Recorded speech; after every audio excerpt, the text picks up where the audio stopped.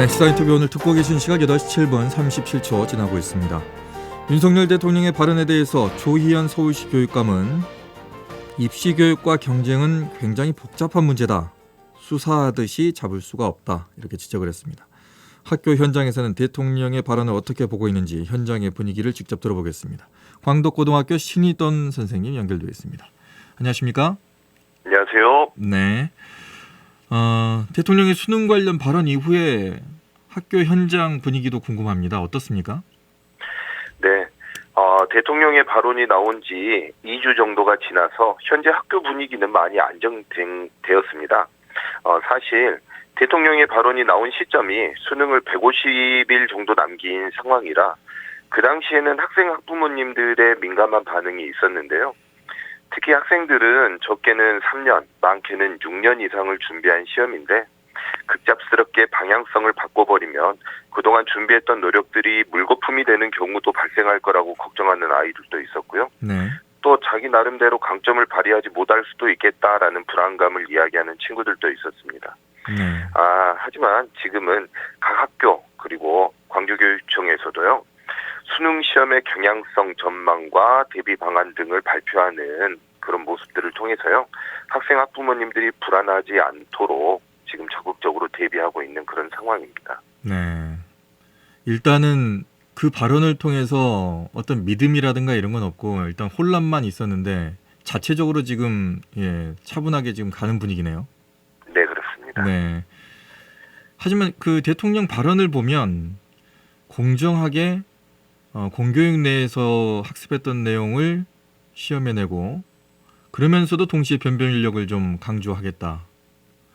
이거는 매 정부마다 말했던 정말 이상적인 얘기인데 수능에서는 이게 가능한 건지 저도 좀 의문점이 좀 듭니다. 왜 이게 논란이 됐다고 보십니까? 결론부터 말씀드리면 일단 기본적으로 방향성은 맞습니다. 네. 하지만 시기적으로 적절하지 않았다라고 말씀드리고 싶습니다. 제 개인적으로는요.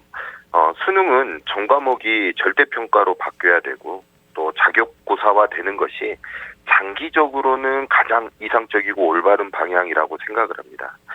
그런 관점에서 현재 킬러 문항 같은 경우에는 수능의 줄세우기 수단 혹은 변별을 위한 변별 문항으로 교육적이지 않은 것은 사실인 것 같습니다. 네. 하지만 서두에 말씀드린 것처럼 지금은 수능을 5개월 남겨둔 시점으로 학생들의 준비와 노력이 예측 불가능한 방향으로 흘러가는 것 같아서 상당히 안타깝고요. 연초부터 미리 준비해서 적어도 6월 모의평가 이전에 정부의 발표가 나오고 또 그 변화에 따라서 모의평가가 치러졌더라면 어땠을까 하는 아쉬움이 남아 있습니다. 네. 선생님께서 방금 수능을 자격고사 형태로 장기적으로는 가야 되지 않겠느냐. 절대평가를 통해서.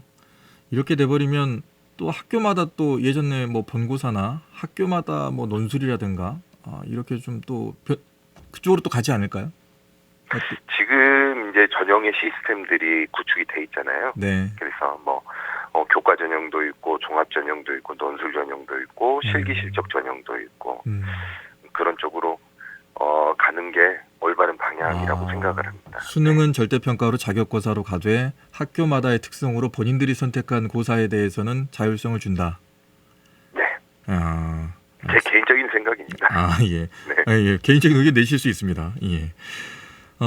이번에 6월 모의평가 채점을 했는데 윤석열 대통령이 킬러 문항이라고 지적했던 국어 영역 있습니다. 네. 지금 신희돈 선생님께서도 국어 교사시죠? 네, 맞습니다. 예. 그 지적했던 것에 비하면 수능 점수가 만점자가 지난해보다 4배 더 늘었다면서요? 네, 그렇습니다. 지난해 수능의 국어 영역 표준 점수 최고점이요. 134점이었고 만점자는 371명이었습니다.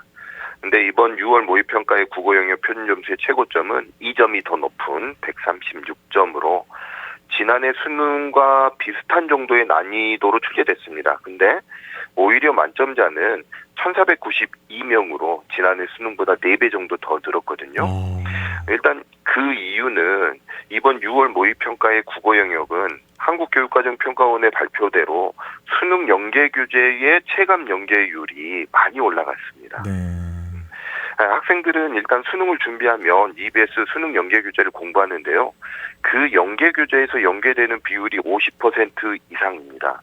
이 전까지는 체감 연계율, 연계를 느낄 수 있는 학생들의 어떤 체감도가 상당히 낮았는데 네. 이번 6월 모의평가는 연계 체감률이 상당히 높았습니다. 그래서 특히 학생들이 어려워하는 킬러 문항이 주로 출제되는 독서 지문이 EBS 연계 교재의 학습을 성실하게 한 학생이라면 아주 쉽게 그리고 누구나 쉽게 이해하고 문항을 해결할 수 있었다고 말씀드릴 수 있을 것 같습니다.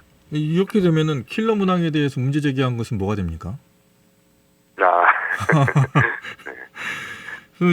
말했듯이 뭐 수능 연계 교재로 EBS로 열심히 공부한 학생들이 킬러 문항이 나왔음에도 불구하고 만점자가 많이 나왔고 역시 표준 점수도 2점이 더 올라서 136점까지 올라갔는데 킬러 문항에 대해서 계속해서 문제를 말하고 있습니다. 킬러 문항 뭐 초고난도 문제라고 볼 수 있겠죠. 네. 이게 왜 있어야 되는지 궁금해하시는 분들도 있을 것 같아요. 물론 변별력 때문이겠지 이렇게 막연하게 생각하시겠는데 선생님께서는 어떻게 보십니까? 쉽게 생각하시면 최상위권을 변별하기 위한 장치라고 생각하시면 될 것 같습니다. 네. 수학과 국어의 킬러 문항의 문제 해결 여부를 통해서 최상위권이 갈리는 경우가 다반사거든요. 지금처럼 의치 약한 수의 열풍이 계속 유지되는 한 최상위권 변별을 위한 문항은 반드시 필요할 거라고 생각이 되고요. 네. 그렇지 않으면 최상위권의 변별이 어려워져서 정시 상황에서 예측 가능성이 상당히 낮아집니다. 보통 의예과나 치의예과를 입학하는 학생들한테 너 원점수 몇 점이야? 표준점수 몇 점이야? 등급이 어떻게 돼? 라고 물어보지 않습니다. 네. 서울대학교 의대는 몇 개, 연대, 성균관대 의대는 몇 개, 보통 이런 식으로 몇 개 틀렸니? 라고 물어봅니다. 보통 2개에서 3개 정도 틀린 학생들이 앞에서 말한 대학들의 의예과에 입학을 하거든요. 이처럼 틀린 문항수에 의해서 최상위권 학과와 학교들이 결정되는 구조이기 때문에 킬러 문항을 해결하느냐 못하느냐가 사실은 최상위권 대학 입시에서 상당한 역할을 하고 있는 것도 사실입니다. 네. 그러면 킬러 문항을 빼면 이 초고난도 문항을 빼면은 사교육도 해결이 되고 공교육이 강화될까요? 네. 일단 수학의 킬러 문항이나 국어의 어려운 독서 지문이 사교육 의존도를 높이는 내용으로 정부는 판단을 한 것 같고요. 실제로 킬러 문항 정도의 수준을 꾸준히 공부하려면 아무래도 수준별 수업이 가능한, 수준별 학습이 가능한 사교육 기관이 유리할 것이라는 것은 사실입니다. 그리고 인터넷 강의를 킬러 문항 때문에 수강하는 학생들도 분명히 있고요. 실제 공교육에서는 정시뿐만 아니라 수시 그리고 다양한 교육 활동들이 이루어지기 때문에 전문적으로 킬러 문항만 다루고 있기는 불가능한 건 사실입니다. 하지만 이제 킬러 문항을 없앤다고 사교육 시장이 해결되는 것은 아닐 것 같습니다. 물론 이제 일부 사교육 시장의 위축을 불러일으키는 건 사실이지만 지금 정부의 발표가 있자마자 사실은 중킬러 문항 전문 학원들이 광고를 일제히 하고 있거든요. 네. 이런 것들을 보면 또 근본적인 문제 해결은 아니지 않을까라는 생각도 듭니다. 정부가 내놓은 사교육 경감 대책에 대해서는 근본적인 해결은 아닐 것 같다. 네. 네. 어찌됐건 대통령의 수능 발언은 공교육이 정상화되고 조금 더 사교육 시장에 의존하기보다는 공교육에서 공부하면은 자연스럽게 또 대학도 쉽게 어렵지 않게 갈 수 있지 않겠느냐라는 그런 방향성은 있는데 혼란은 일으켜졌습니다. 고3 수험생들이 이제 한 140일 좀 남았나요? 이제 네, 수능이. 그렇습니다. 더위에 장마에 학생들 건강 잘 챙겨야 될 텐데 수능까지 또 있으면서 이런 혼란이 계속 가서는 안 될 것 같은데 어떻습니까? 네, 우리 고등학교 3학년 학생들 기말고사 준비에 여념이 없을 시기입니다. 또 졸업생들은 수능 준비에 박차를 가하고 있는 시기고요.